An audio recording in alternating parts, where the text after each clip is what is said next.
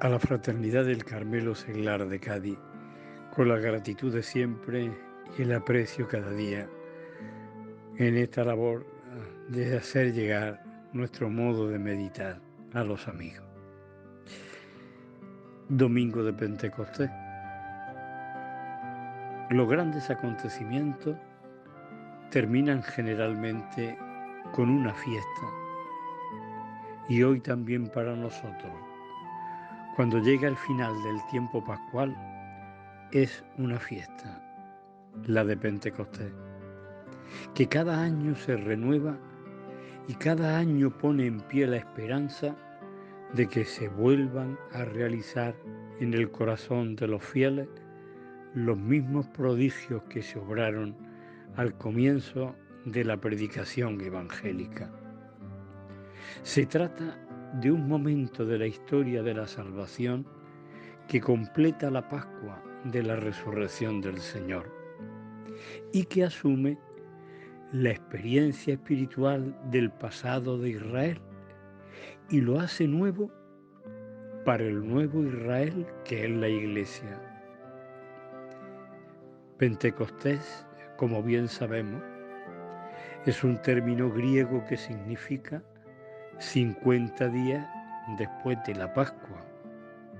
Su origen en los 50 días que transcurrieron desde el paso del Mar Rojo hasta el monte Sinaí, donde el Señor, por medio de Moisés, entrega a su pueblo su voluntad, traducida en los 10 mandamientos. Es la voluntad de un padre sobre sus hijos. Quiero que seáis así. Esta es vuestra sabiduría frente a otros pueblos.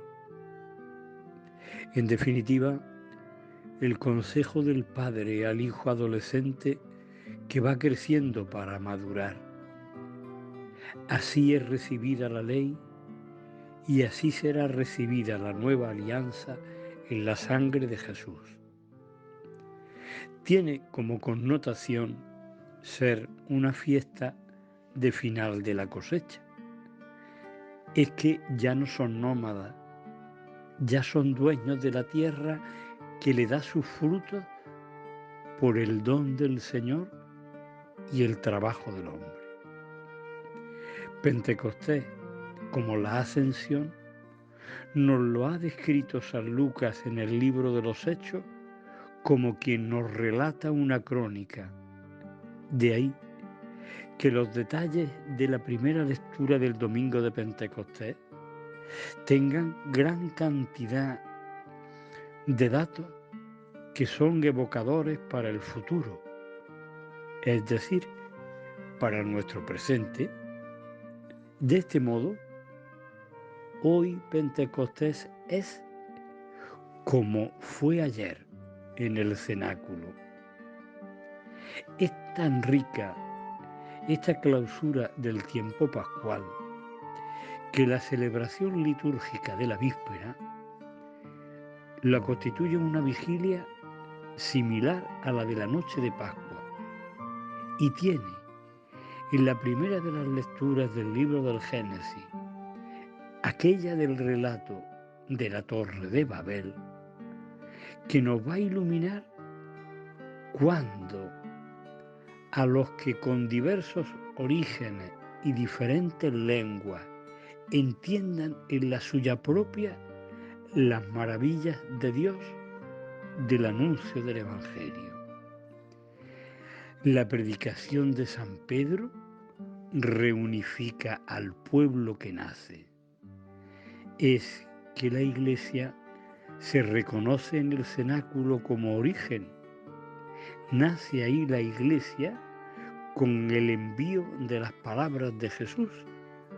Como el Padre me ha enviado, os envío yo. Como me ha auxiliado el Espíritu Santo, así quiere el Padre que a vosotros os ayude. Por tanto, recibid el Espíritu Santo. A quienes perdonáis los pecados, les quedan perdonados, y a quienes no, les quedarán retenidos. Es que nadie puede decir Jesús es Señor si no es por el Espíritu Santo. Y en el bautismo se nos convoca para ser un solo cuerpo y tenemos en común un mismo espíritu porque Él es uno solo. El mismo que dio fuerza a Jesús para cumplir la voluntad del Padre, para sufrir la pasión, para redimirnos y salvarnos, ese mismo espíritu viene en nuestra ayuda. En el libro de los Hechos se nos recuerda que fue oído y visto el Espíritu que de por sí es eso, Espíritu, pero para nuestro bien fue percibido como un ruido y así se notó su presencia como cuando hablaba con Moisés desde el monte y la tormenta, pero con la delicadeza del silbo delgado del que habla San Juan de la Cruz y que para el gran padre del Carmelo, el profeta de fuego Elías, le permitió percibir la presencia del Señor en aquel silbo delgado. De ese modo, suavemente, llega al cenáculo y tenía que ser así, puesto que está con ellos la Virgen María, que cumple el encargo, ahí tienes a tu hijo. La Virgen, que fue madre por la palabra y para la palabra del Padre, palabra hablada en eterno silencio, con la suavidad de las lenguas de fuego, se recordará que en una zarza que no se consumía, santificó un lugar. Descálzate esta tierra sagrada. Y también, desde esa misma suavidad y fuego, le dio a conocer su nombre en la persona de Moisés. Pero llegará también como un soplo. Jesús exhaló su aliento sobre ellos, como cuando hizo al hombre de barro de la tierra, y al insuflarle su aliento quedó hecho un ser vivo. El mismo que dio la vida al primer hombre, da vida ahora a los hombres nuevos. En el jardín del Edén se hizo presente el pecado por el libre albedrío del hombre de querer ser como Dios, quitarle a Dios su puesto. Aquello fue un pecado que se hereda por la condición de ser hombre, sea varón o mujer. Ahora se borra por la gracia y a la labor de cooperación del hombre. A quienes perdonéis los pecados les quedan perdonados. De este modo, la última palabra sobre el hombre la tiene para siempre Dios, no el mal. Dios en Cristo, no el príncipe de este mundo. De este modo, con Pentecostés comienza una nueva era, la de la Iglesia. Es decir, Cristo en la historia hasta el final de los tiempos. Él es la cabeza, nosotros su cuerpo, plenitud del que lo acaba todo en todo. Y así, como para nacer el Hijo hizo falta la cooperación de la esclava del Señor, ahora en Jerusalén, en el cenáculo, para que nazca la Iglesia, el Cristo en la historia de la humanidad, es necesaria aquella misma actitud. Silencio y escucha de la palabra, obediencia agradecida, aquí está la esclava del Señor, que se cumpla en mí la palabra, y llevarlo a que lo conozcan, lo quieran, le sigan y lo imiten. Por todo eso, el Carmelo, en la presencia de la Virgen en Pentecostés, siente también que ahí está su papel.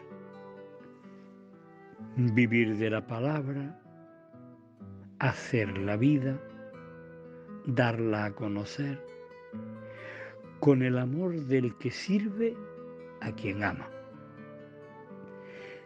Si en la ascensión el Carmelo siente que es el hijo que acompaña la soledad de aquella a quien el hijo se le ha ido al cielo, en Pentecostés el Carmelo entiende que la oración en comunidad al modo de María y con su presencia continua, ahí está su vocación, su carisma. Con razón, en lo que llamamos nuestra leyenda áurea, se nos cuenta que en el sagrado día de Pentecostés subieron al Carmelo a continuar lo aprendido en la escuela de la Virgen con los apóstoles, cuando recibieron la promesa del Padre, el Espíritu Santo, el dulce huésped del alma que viene acompañado de sus 7 dones y de sus correspondientes frutos. El Carmelo se mira agradecido en aquella escuela de María y los apóstoles.